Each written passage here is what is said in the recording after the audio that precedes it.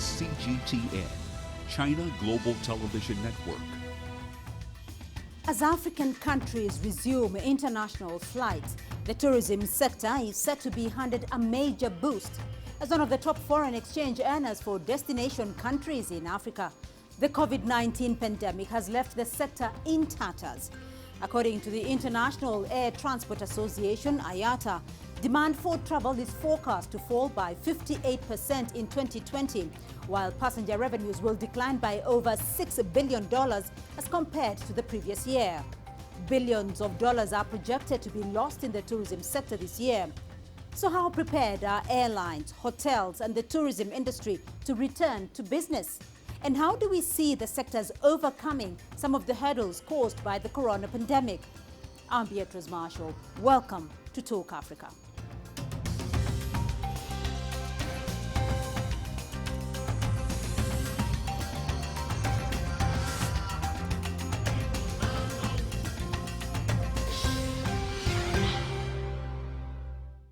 COVID-19 has had a massive adverse impact on economies around the world, with restrictions in travel bringing international tourism to a halt.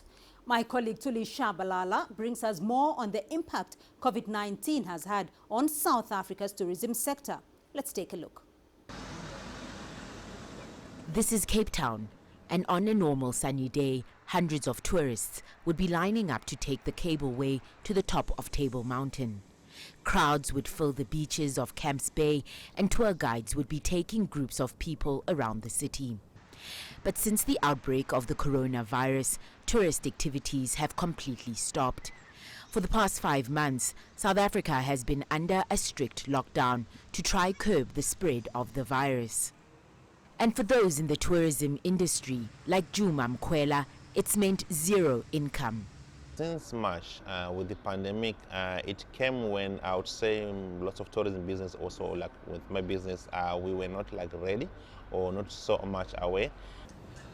Mkwela is the founder of Juma Art Tours. His trips connect local families and tourists to give visitors a unique experience of getting to know local neighborhoods. Many local businesses, backed by the Tourism Business Council of South Africa, have called on the government to open local tourism and allow domestic travel. I don't see the reason of closing domestic tourism, because if the government could resume domestic tourism, it is going to give an advantage for people to start also understanding tourism, and also it's going to give an advantage for people in tourism to practice, like how are we going to take care of the international visitors when they come. The Tourism Business Council of South Africa estimates a loss of $44 million a day. And it accounts for about 113,000 jobs in Cape Town alone. And that includes both direct and indirect, because tourism is a value chain of services. And based on our study, it looks like there's about 90,000 jobs at risk with the continued lockdown. The South African government has not yet provided any dates for when the lockdown will be lifted or further eased. South Africa has prompted the International Monetary Fund to approve a $4.3 billion emergency loan to the country. Tuli Shabalala, CGTN.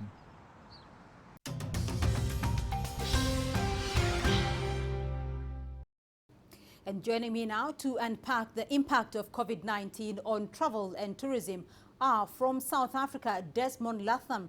He's an aviation journalist. And joining me from Nairobi via Zoom, Raphael Kuchi. He's the special envoy to Africa on aeropolitical affairs. And Mohamed Hersi, he's the chairman of the Kenya Tourism Federation, joining me via Zoom. Gentlemen, thank you very much for joining us on the program.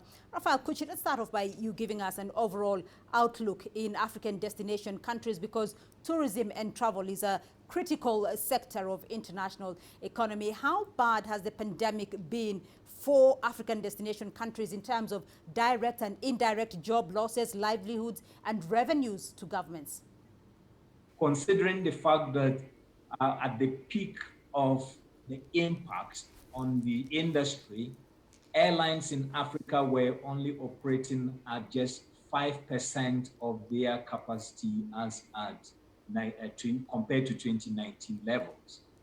It was a very severe impact that airlines ran out of cash, literally, and it was difficult for many of them, and still is, for many airlines to actually remain as business entities.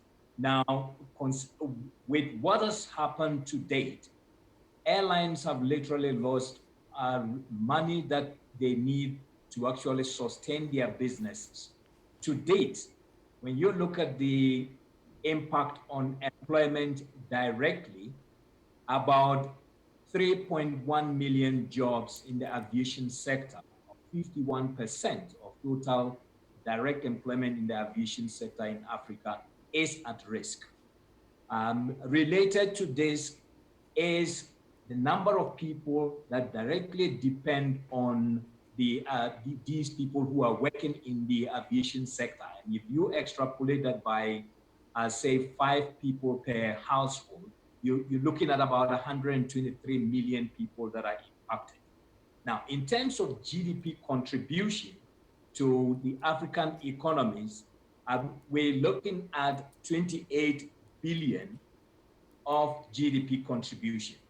But if you look at the combined impact of tourism and aviation, the number of job losses we are staring at currently stands at some 24.6 million in Africa. So, Mohammed, we've seen from East Africa particularly that airlines beginning to operate, but Kenya's tourism sector has been adversely impacted. What is the expected time for recovery, though, for tourism in your sector, for instance? Kenya's tourism industry have had challenges in the past, which is mainly around security and mainly perception about safety. But what we are currently experiencing is something that we have never seen. And this is something that is global, just not about Kenya, just the way Rafael has clearly stated. It's globally. When you look at Africa's share when it comes to world tourism, we were hardly 5% in the first place. That's close just about, 72 million people who visit Africa.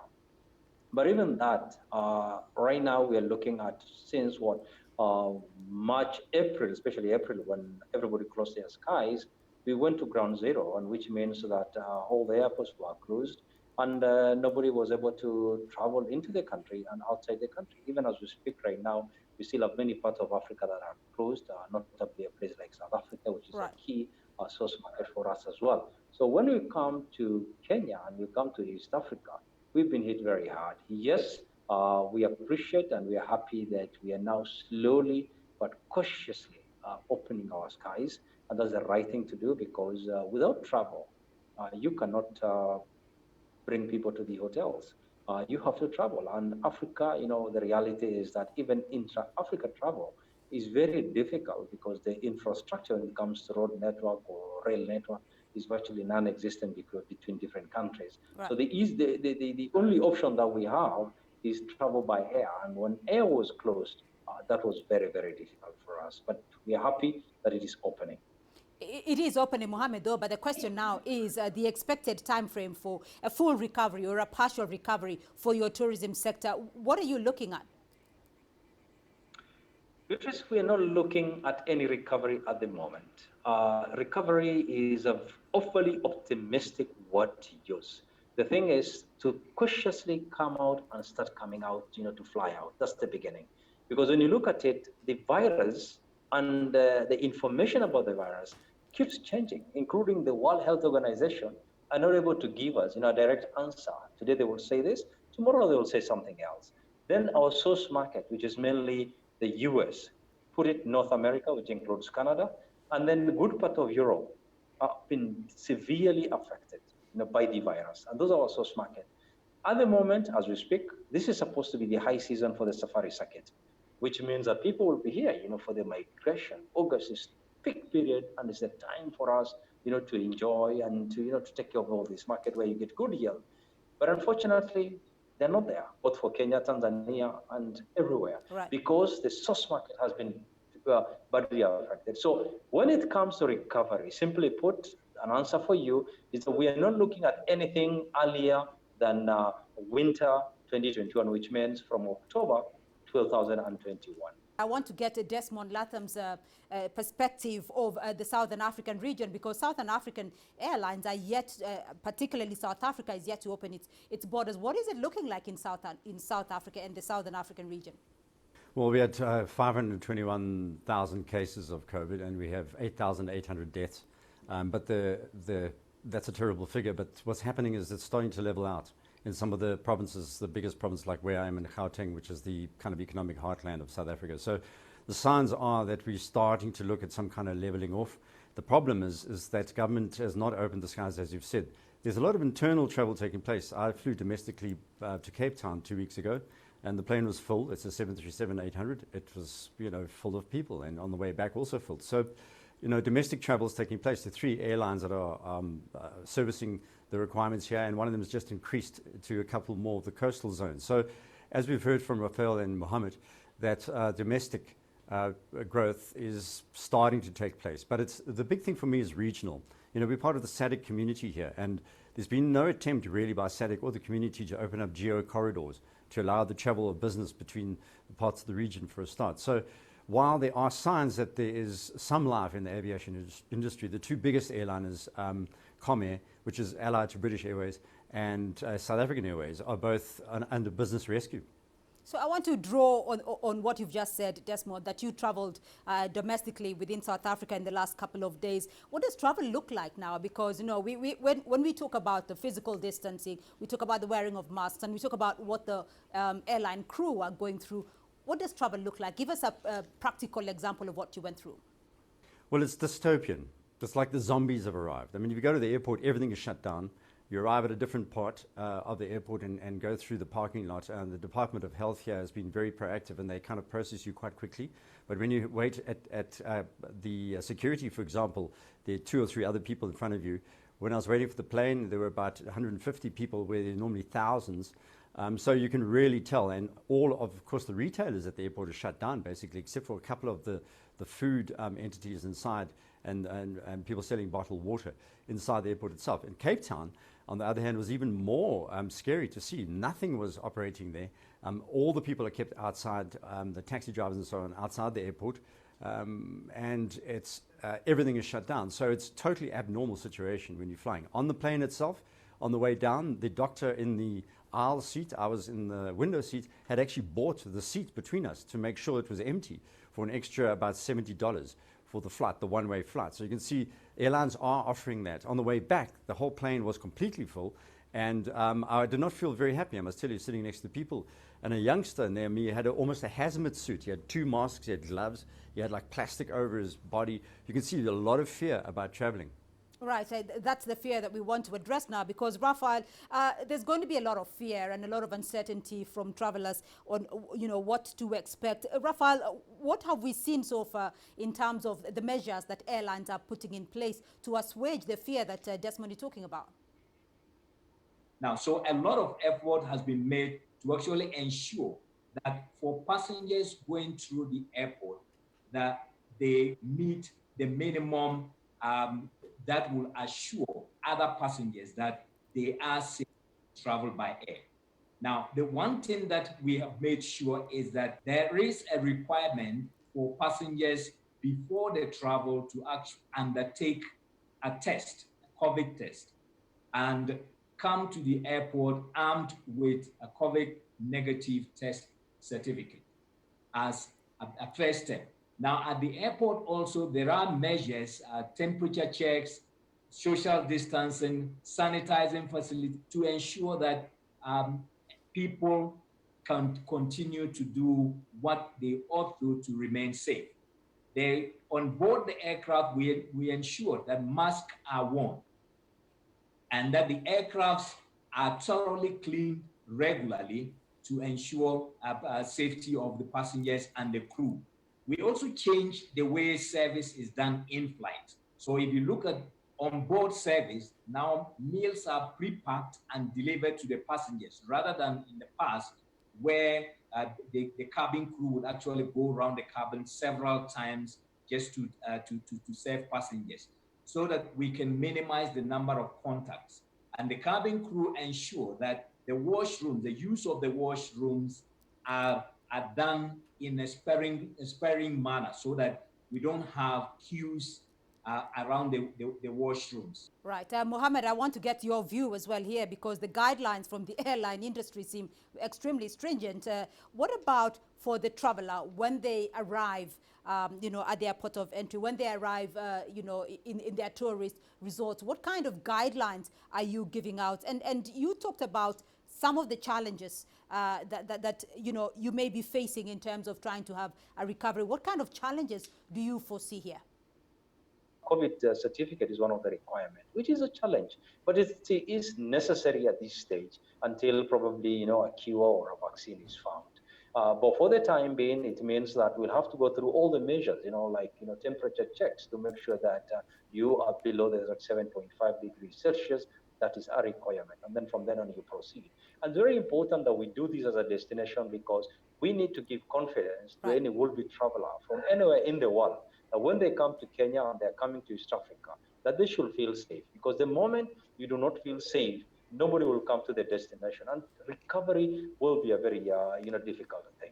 Now that we're opening the skies, when you come to the hotels, equally a lot of changes have happened in the hotels. I know many of you love the buffet breakfast, buffet lunch, and dinners. All that now we've kept it aside, and we are now adopting table service. And the other day I talked about it, and I say from buffet service, now we are treating you like a royalty, and people need to start getting used to this. But you just need to be a little bit patient with us when hoteliers serve you. So all the staff in the hotels have also been tested, and hotels in Kenya, for instance, have gone out of their way to accommodate their staff between a month and 2 months so that they do not interact with the outside world to avoid any reinfection. That's how committed we are to the destination. All right. And on that note, we'll take a short break. When we come back, we'll look at steps the sector is taking to bounce back. Don't go away.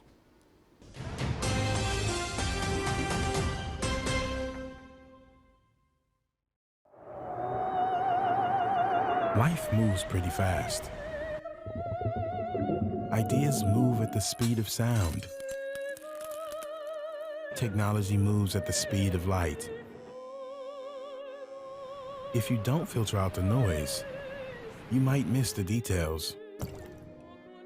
We pay attention to the details because they matter, showing you a different perspective. See the difference.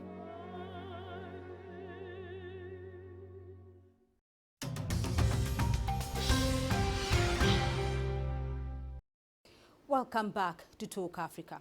My expert panel of guests is still with me, Desmond Latham, Mohamed Hersi, and Raphael Kuchi. Before we took the break, we looked at some of the adverse effects of COVID-19 on travel and tourism. Let's now look at some things that can be done to help the sectors bounce back. Let's look at travel in terms of what the expectations are and, in terms of passenger capacity. And you talked about the gentleman you sat next to having bought the seat next to you. And then that brings in the whole question of costs. Will these airlines, under these circumstances, be able to return to profitability, or is this the end for some of them? I think it's the end for some of them. I mean, it's been very clear about this, and the empty seat, the middle seat debate that's been going on in our CAIA and our IATA and across the world. The airline that I flew said it cannot fly with empty seats in the middle seat. It has to sell them, or it has to fill them whilst it's not financially viable. And it's one of the three remaining airlines here that are flying routes across the domestic cities here. So you can see that there is a real problem occurring. The other two large airlines, South African Airways, was run into the ground by the government. It's a state-owned entity. It's been there's a lot of corruption involved, and I'm afraid that airline, it's looking like it's supposed to be reversioning itself under business rescue, which is one step before liquidation. And they're looking for investors, but who's going to invest $600 million into an airline now in Southern Africa, let alone anywhere else? We heard overnight that Virgin is going to declare bankruptcy. I mean, these are large airlines. Lufthansa's got a $10 billion bailout. So every large airline has had some kind of input. And in Africa, as we've heard from other panelists, I mean, we have $311 million out of $30 billion promised. If we don't get some kind of support, there will be airlines going down, I'm afraid. very strong possibility. So there's a debate now about whether the middle seat will be full. There's confusion. So you can imagine the poor traveler now is trying to work out they're in a high, they have hypertension, they may have diabetes, they have a secondary condition, which unfortunately this pandemic is killing. And they're told, well, you're going to sit in the middle seat. And don't worry, our HEPA system, our high particle cleaning system in the airplanes is cleaning out 99.95%. But I thought of myself when I was sitting in that airplane, I'm sitting 2 centimeters away from someone who may have COVID. I don't care how good your air conditioning is, that's a danger. And that's a real danger. And then, of course, we have the quarantining process. 2 weeks, 10 days, 2 weeks. What kind of world traveler is going to put up with the 2-week quarantine process when they arrive in any part of Africa, let alone Southern Africa? Right, let's put that to Raphael, because Raphael, how are you ensuring that some of these questions are answered? For instance, the whole question of quarantining for 2 weeks, for instance, in some countries. What are you doing, in your industry to ensure that some of these questions are answered appropriately before the travelers get on their way? Well, we are engaging with the governments of the various countries to ensure that we have proper alignment. The issue of quarantine is a health requirement by some countries, and therefore government has a significant say in what happens or what measures they put in place to address that. But we are working with them to tell them, we need to be very clear and upfront. Before passengers start traveling into your country, they need to be clear what the health measures are at destination before they embark on their travel. Now, IATA has a tool where we consolidate all this information as well as all other travel-related information so that before you travel, you are actually able to view this information and appraise yourself with what you expect when you get to the destination. So that if a country requires quarantine and you get into that country, you should not be surprised when you are quarantined. But if a country has not got a quarantine requirement and you get in there, you should be, it should be fairly easy for you to get out of the airport and get to your destination and do your work. We're going to wind up in a minute, but Desmond, I want to get your final comment on this, because these are unprecedented times. It is an unprecedented time, with the COVID-19. What lessons are you seeing, Desmond, that are being learned, one, by the tourism sector, and two, by the aviation sector, given what we have witnessed in the first half of 2020? Well, ICAO have something called CART, which is the Committee for Aviation Restart Task Force, which is working on these things that we've been chatting about. Should the middle seat be open? How much will government put in? How many masks should we wear? What about testing? What about the process on the other side? How are we going to disembark from planes? I got off the plane 2 seats. In South Africa, you embark and disembark 2 seats at a time, 2 seat rows to protect people. But I want to give you a story as an analogy. In New Zealand, they had 0 cases until 2 women who had COVID were allowed to travel to visit their ailing father. And subsequently, 320 people had tested positive that they came into contact with, and they shut down travel again. So you can see that's a country with 4 million people that could not control 2 people traveling and leading to a direct outbreak. So as we're talking here about the fluidity of the situation, we have to understand that I have had a COVID test. I tested negative after I came back from Cape Town. I went and had a test, obviously, just to find out what was going on. But I know that I could have it now, talking to you.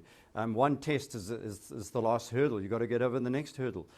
So you can see that is an analogy for the travel industry and also for tourism. How are you going to control that? If New Zealand can't control it, it's a little island way down in the Indian Ocean, way at the bottom of Australia, and they could not control 2 people that led to 300 infections. So you can imagine, extrapolate into SADC, which with 500 million people. All right. Raphael, your thoughts?